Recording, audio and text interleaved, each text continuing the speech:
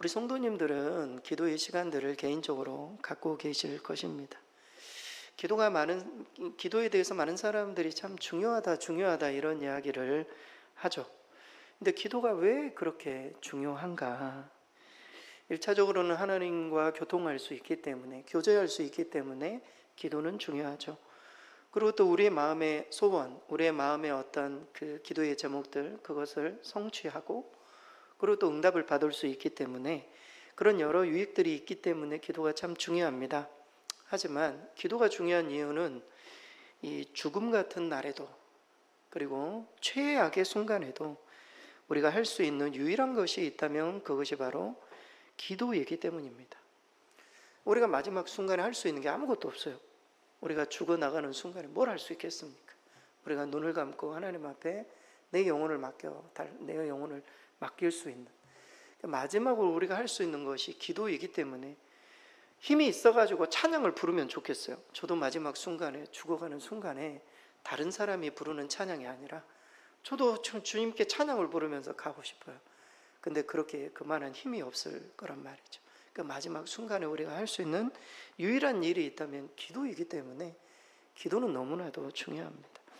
제가 한 사람을 소개하고 싶습니다. 그는 36세에 결혼을 했습니다.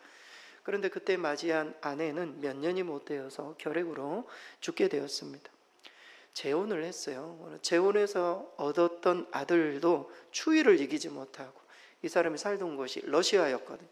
러시아에 있는 그 추위를 이기지 못하고 아들도 죽고 말았습니다. 그리고 그 자신도 평생 간질로 인해서 고통을 받았던 그런 인생이었어요. 이 고통, 이 고난의 주인공이 누구인가? 러시아의 대문호인 도스토옙스키입니다. 도스토옙스키, 러시아의 대문호죠. 그런 견디기 힘든 고난을 정말 믿음으로 이겨내면서 불후의 명작인 죄와 벌, 카라마조프의 형제들이라는 그런 유명한 그 명작을 남겼습니다. 그런 이 고통의 현장 가운데 있을 때 너무 힘들어 죽을 것 같은 그런 순간에, 그런 그 자신의 자서전에 이렇게 말하면, 죽을 힘을 다해서 하나님께 기도했다고. 고통의 순간에 아무것도 할 수 있는 게 없어요. 도와줄 사람 아무도 없고. 여러분, 그런 상황이 우리 가운데 없는 것을 다행으로 여기셔야 돼요.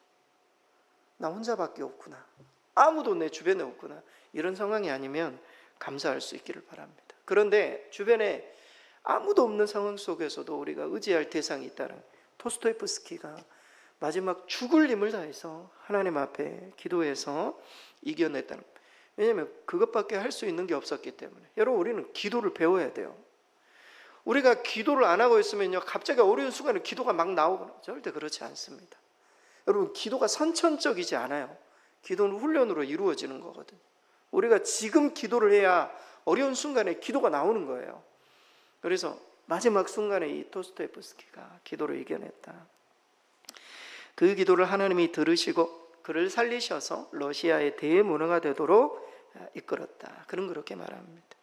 한 목회자가 이런 이야기를 했어요. 사탄은 가장 연약한 성도일지라도 그가 기도의 제단 앞에 무릎 꿇는 것을 볼 때 벌벌 떤다. 마귀가 얼마나 우리를 공격하고 우리를 무시하고 말이죠. 얘는 이거 조금만 건드리면 그냥 무너질 수 있어. 마귀가 우리를 너무 쉽게 생각한다는 거예요. 하지만 성도들이 기도할 때, 성도들이 하나님을 의지할 때, 우리가 기도할 때 하나님이 일하시고 하나님께서 붙드시기 때문에 그때 사탄은 벌벌 떤다는 거예요. 기도하는 그 영혼을 마귀는 두려워한다라는 것입니다. 실로 기도는 우리의 영혼의 방패입니다. 그리고 능력의 출처이고 사탄을 향한 채찍질임을 우리는 정말 잊어버려서는 안 돼요. 매 순간마다. 그래서 사도 바울은 항상 쉬지 말고 기도하라고 그랬잖아요. 기도하지 않으면 사탄 마귀가 늘 우리를 얕잡아 볼 수 있기 때문입니다. 하지만 우리가 드리는 모든 기도가 다 그렇게 영혼의 방패이고 능력의 출처이고 원천이 되는 것은 아닙니다. 여러분, 우리가 성경에 보면은 좋은 기도도 있고 좋지 않은 기도도 있다. 성경은 그렇게 말해주고 있어요. 올바른 기도가 있고 올바르지 않은 기도가 있음을 성경은 말해줍니다.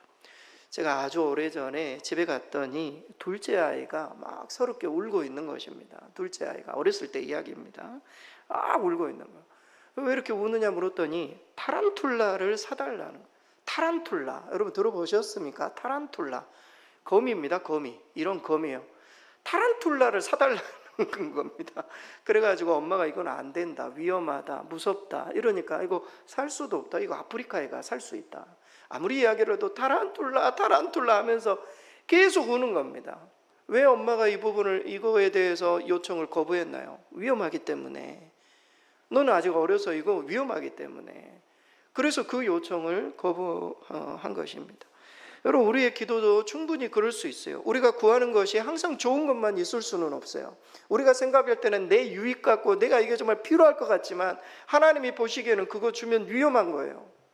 하나님 보시기에 이거 주면은 진짜 어려워질 수 있는 거예요. 하나님이 딜레이를 하고 하나님 지금 당장은 주시지 않고 하나님의 때를 기다리시는 거예요. 우리가 구하는 것이 내 인생에 또 주위 사람들에게 또 해가 될 수 있는 것이라면 하나님께서는 이것을 안 된다라고 이야기를 해요. 여러분, 기도 응답은 예스도 있지만 노도 있어요. 노, 안 된다. 때로는 어떤 기도 제목을 웨이팅, 기다려라, 이 세 가지가 있잖아요. 하나님이 노 하실 때가 올바른 기도가 아닐 때, 올바른 어떤 때가 아닐 때 하나님께서는 거부하십니다. 여러분, 산상수훈에 보면은 생각보다 기도에 관한 교훈이 정말 많이 나옵니다. 우리가 계속 산상수훈의 팔복도 살펴봤고 오늘은 기도, 주기도문을 살펴보는데요. 산상수훈에 정말 기도의 내용이 많이 나와요. 우리가 오늘 본문 9절부터 읽었지만 앞선 5절에서 8절 내용도 다 기도에 관한 거예요. 외식하는 기도, 그리고 골방의 기도, 그리고 중언부언하는 기도. 그러니까 좋은 기도도 있고 나쁜 기도. 예수님께서 예를 드시고 계세요. 6장 33절에서 34절도 먼저 구해야 하는 우선순위적인, 먼저 그의 나라와 그의 의를 구하라, 이 기도에 관한 내용이거든요. 7장 7절에서 11절도 그 유명한 구하라, 찾으라, 두드리라, 하나님이 다 좋은 것들을 예비하고 계신다, 기도에 관한 그런 교훈들입니다. 하지만 이러한 기도의 가장 핵심이 되는 교훈은 오늘 본문의 내용이에요. 주님의 기도예요. 예수님께서 가르쳐 주신 기도예요. 좋은 기도의 모범적인 기도예요. 우리가 정말 기도를 배우려면 무슨 기도부터 배워야 되는가? 주기도문부터 배워요. 주기도문, 주님의 기도. 왜 예수님께서 이렇게 기도하라고 하셨는지, 이 기도문이 우리 기도의 가장 기초가 돼야 되는 거예요. 내가 어떻게 기도해야 되지? 주기도문을 깊이 살펴봐야 돼요.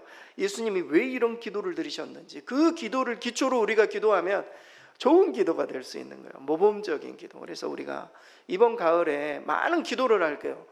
기도, 릴레이 기도도 하고, 가을에는 정말 부흥회도 좀 하고 싶어요. 부흥회도 하고. 그렇게 해서 우리가 영적으로 정말 하나님 앞에 기도해야 되는데, 어떤 기도를 모델을 삼아야 되는가? 주기도문, 주기도문. 누가복음에 보면은 주기도문을 예수님께서 가르쳐 줄 때 제자들이 우리가 어떻게 기도했는지 주님께 물어봤어요. 그러자 너희는 이렇게 기도해라 하면서 주기도문을, 왜 우리 주님께서 이렇게 기도하라 그렇게 말씀하셨는지, 오늘은 사실 주기도문을 살펴보기에 앞서서 가장 소론입니다. 소론.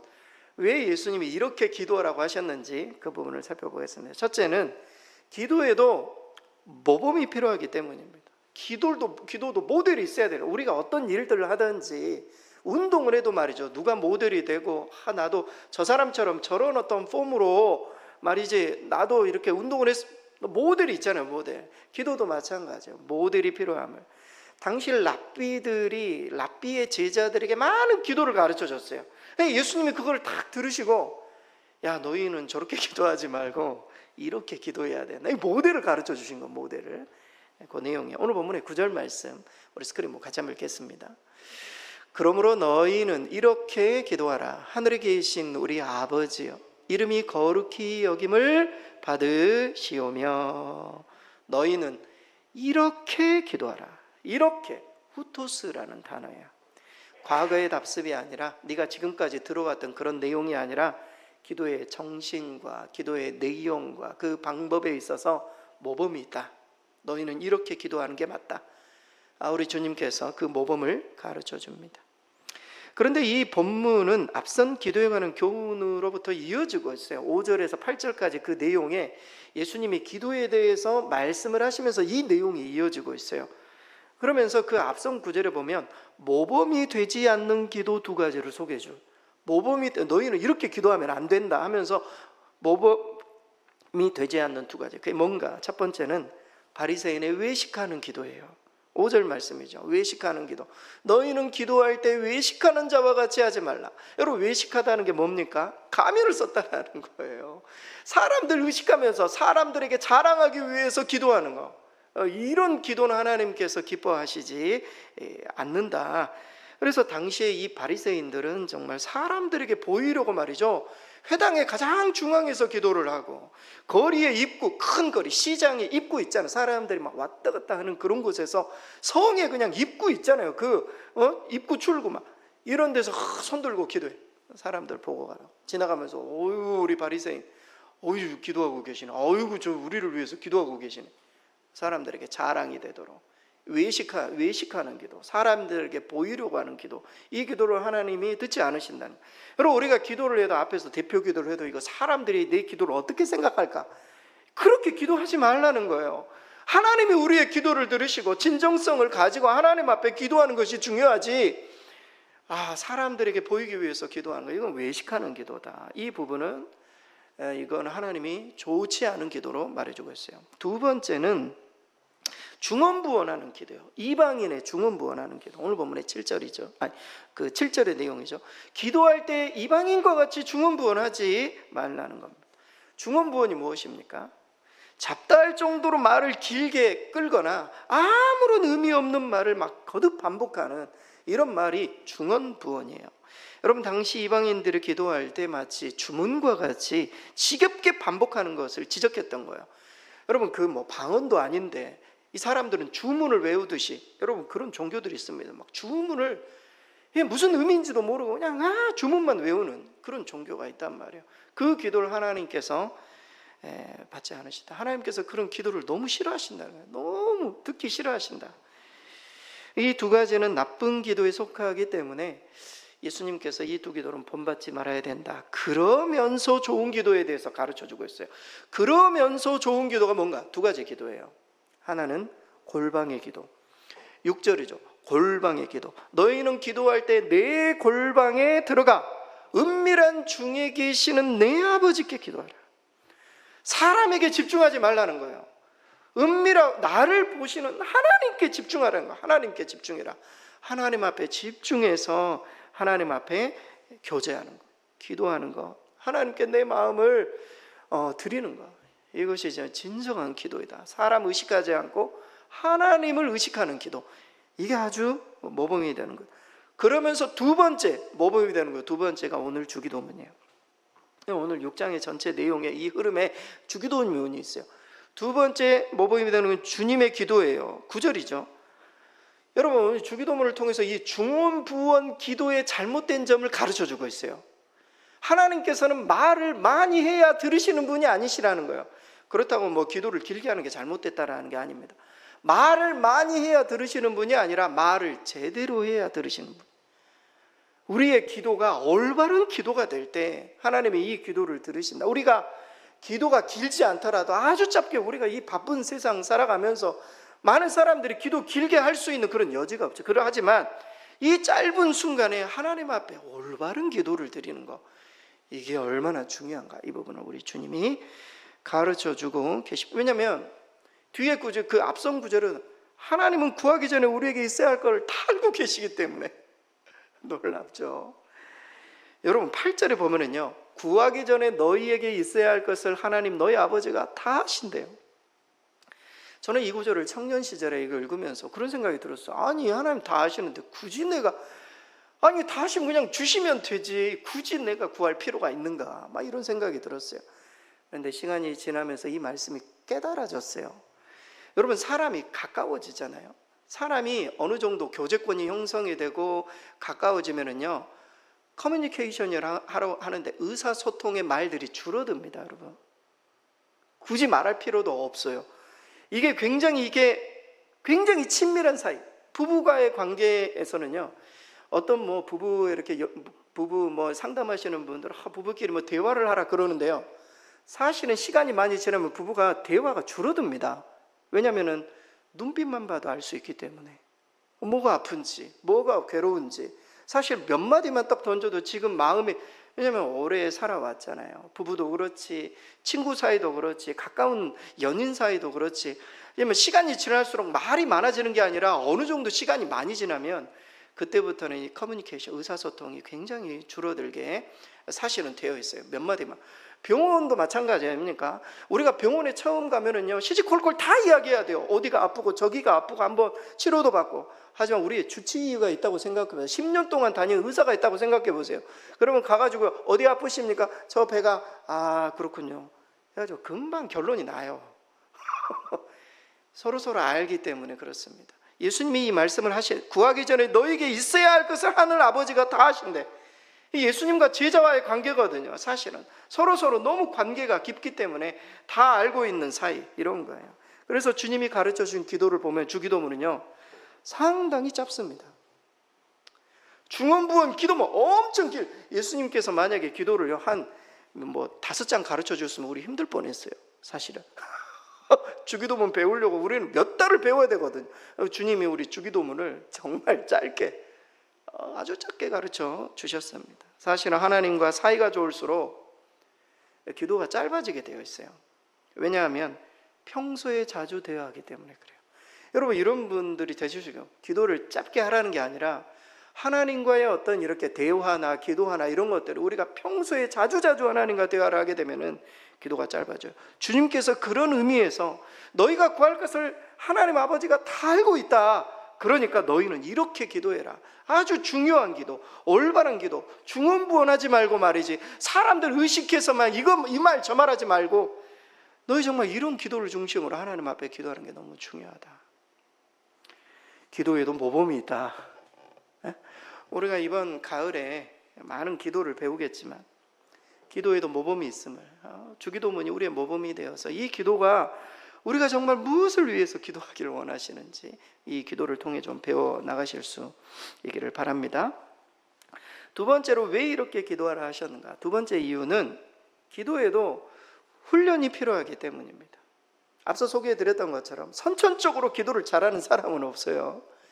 기도에도 훈련이 필요해요. 기도할 때마다 주님이 가르쳐 주신 기도를 의식하면서 기도를 훈련하라는 거예요.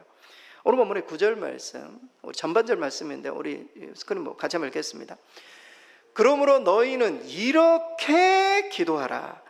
이렇게 기도하라. 여기서 이 기도하라, 프로시케스테, 헬라어 단어예요. 이거는 단회적인 어떤 그 행위가 아니에요. 지속적인 행위. 여러분, 이게 헬라어에도 용법이 있어요. 현재 명령형이에요. 이 말은요, 단회적이 아니라 반복적으로 그렇게 하라는 거예요. 이렇게 반복적으로 기도해라. 그럼 기도할 때마다 이렇게 이 기도를 모범으로 반복적으로 너희가 기도를 훈련해야 된다.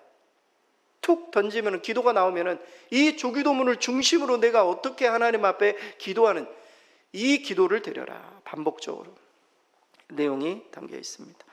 여러분, 현재 우리가 고백하는 이 주기도문은 마태복음에도 있고 누가복음에도 있습니다. 누가복음은 좀 더 짧죠. 근데 누가복음에도 그 양식면에 있어서는 약간의 차이가 있어요. 근데 성사학자들이 왜 마태복음과 누가복음에 이 약간의 어떤 차이가 있는가, 이 이유에 대해서 당시 예수님께서는 이 기도문을 수차례 반복해서 가르쳤다라는 거예요.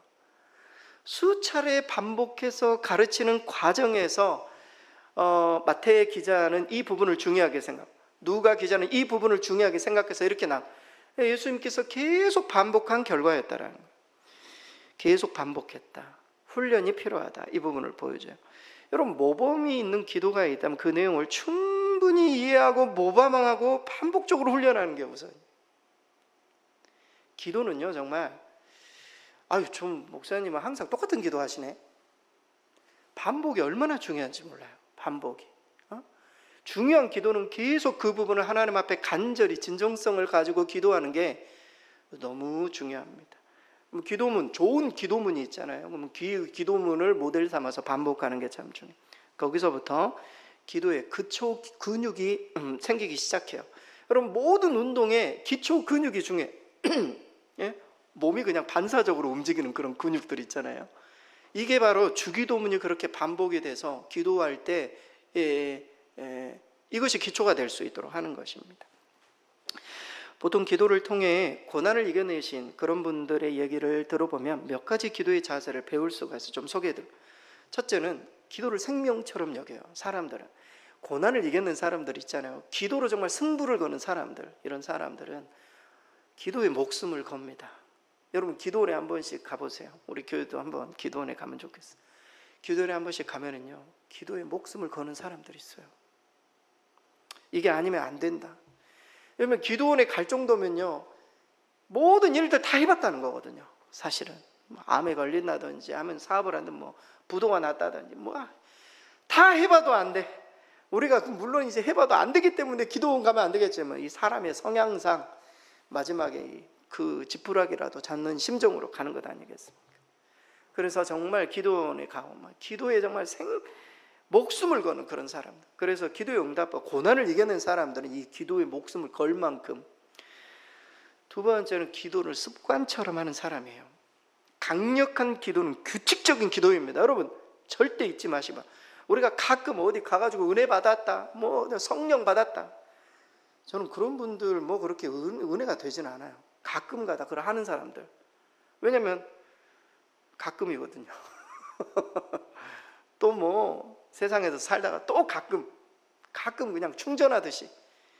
여러분 강력한 기도는 규칙적인 기도입니다. 우리는 물론 언제 어디서나 기도해야 되지만 일정한 장소에서 일정한 시간에 드리는 규칙적인 기도가 너무 중요해요. 여러분 우리 교회가 가깝지 않으면 가까운 교회라도 꼭 나가셔야 돼요. 가셔서 규칙적으로 기도의 제단을 쌓아야 됩니다. 여러분 기도도 쌓입니다. 기도도 쌓인다고요. 하나님의 때에 이를 때까지 기도가 쌓여요. 댐에 물이 쌓였다가 방수가 될 때 수력발전이 막 일어나는 것처럼 기도도 쌓일 때 능력의 역사, 하나님의 때가 되면 그 쌓였던 기도가 확 풀리는 말이죠. 그런 날들이 우리에게 있는 것입니다. 그런데 이 모든 것들이 규칙적인 기도, 훈련으로만 가는, 훈련으로만. 잊지 마세요. 천성적으로 기도 잘하는 사람은 없다. 기도도 그 내용도 훈련이 필요해요.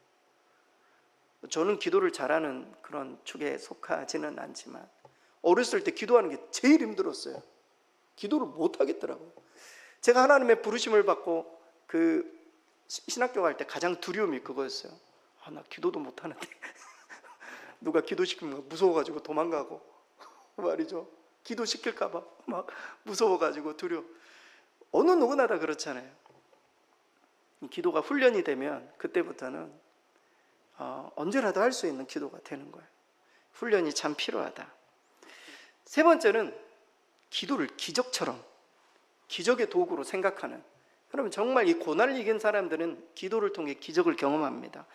여러분 이런 말이 있습니다. 우리가 일하면 그걸로 끝나버려요. 하지만 우리가 기도하면 하나님이 일하세요. 하나님이 일하시면 하나님의 기적이, 우리의 어떤 차원을 넘어서는 하나님의 역사가 나타나는. 정말 우리가 기적을 경험하려면 그 기적을 일으키는 기도의 훈련이 되어 있어야 돼요. 기도의 훈련. 이번 가을에 이런 기도의 훈련을 꼭 하실 수 있기를 바라요. 여러분 그 영성학자 리처드 포스터 영성학자가 있어요. 그분의 간증입니다. 그의 아들이 정말 어렸을 때 귀가 항상 감염이 자주 심했대요. 귀가 애린단 말이죠. 저도 어렸을 때 귀에 무슨 뭐 바이러스가 들어가면은 귀가 애려가지고 귀가 통통 붓고 뭐 손만 대도 아프고 막 이런. 근데 이 첫째 큰아들이 자꾸 귀가 애리는 그런 어떤 어려움이 있었다라는 거예요. 얘가 너무 고통스러우니까 뭐 우리 지금이야 뭐 병원에 가서 금방 치료하지만 예전에는 또 그렇지 않잖아요. 귀가 막 애리고 저녁마다 이게 아파가지고 잠을 못 자는 거예요. 그래 아버지가 옆에서 끌어안고 기도해주고 막 힘들면 같이 아파해주고 막. 그래 어느 날 또 한 번 귀가 애려가지고 너무 고통스러운 거예요. 저녁에 이렇게 잠을 자는데 이제 귀 이쪽을 어깨에 이렇게 딱 대면은 얘가 좀 덜 아파하니까 어깨에 딱 대고 조용히 마루를 이렇게 돌아다니면서 아이를 위해서 기도를 해주는 거예요. 하나님 이 아들을 고쳐달라고. 그러면서 계속 기도. 근데 기도를 하다 보면은요, 기도가 떨어질 때가 있습니다. 무슨 기도를 해야 될지. 기도를 하다 보면 기도가 떨어져. 똑같은 기도만 하게 돼. 그래가지고 막 기도가 떨어지는 거예요. 새벽 4시가 될 때까지 기도를 했대요. 계속 움직이면서 기도해주고 아이는 계속 울고 막 고통스러워하고 막 계속 기도하고. 새벽 4시가 돼서 도저히 안 되겠다는 생각이 든 거예요. 그래가지고 갑자기 이 아이가 가지고 있는 이 고통에 대해서 직접 내가 말해야 되겠다, 직접 기도를 해야 되겠다, 대적 기도라고 하죠. 직접 이 고통을 좀 없애달라고 하나님 앞에 간구를 해야 되겠다. 그러면서 이렇게 말했다고 합니다. 하나님, 제가 할 수 있는 기도는 다 드렸습니다. 그러면서 크게 말해요. 이제 주 예수 그리스도의 이름으로 명하노니 내 아들의 귀를 힘들게 하는 고통아 물러가라.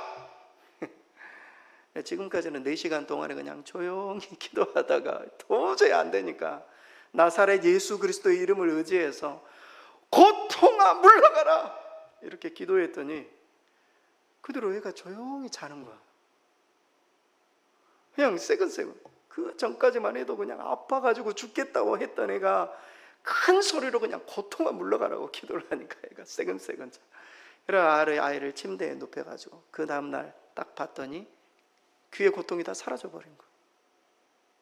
그래서 이 리차드 포스터, 이 영성학자인데 이렇게 대적 기도를 하고 명령 기도를 하고 이런 기도를 한 번도 해본 적이 없는데 이 기도의 응답을 받고 난 다음에 하나 우리 기도에 기적과 같이 역사하신다. 그러면서 간증하는 내용입니다.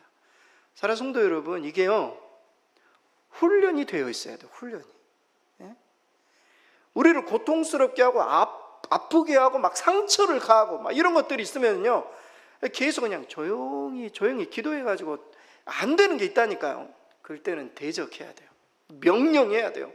나사렛 예수 그리스도의 이름으로 이 아픔을 주는 이 모든 것들이 물러가라고 힘있게 외쳐야 된다. 이게 훈련이 안 되어 있으면 안 된다.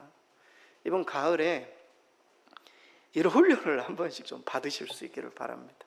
우리가 참 기도를 해도 막혀있고 안 되는 그런 모든 것들 기도로 좀 풀어갈 수 있는 여러분 되실 수 있기를 바랍니다.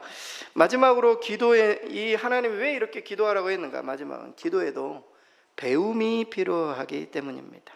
예수님께서 이렇게 기도하라, 기도를 가르쳐 주시잖아요. 배움이 필요해요. 오늘 본문의 9절 마지막으로 함께 읽겠습니다. 그러므로 너희는 이렇게 기도하라. 하늘에 계신 우리 아버지여, 이름이 거룩히 여김을 받으시오며. 그러므로 너희는 이렇게 기도하라. 제가 앞서 누가복음에는 제자들이 물어봐요. 누가복음 11장 1절 우리 스크린 같이 한번 읽겠습니다. 예수께서 한 곳에서 기도하시고 마치심에 제자 중 하나가 여짜오되 주여, 요한이 자기 제자들에게 기도를 가르친 것과 같이 우리에게도 가르쳐 주옵소서. 그러면서 2절에 이렇게 등장해요.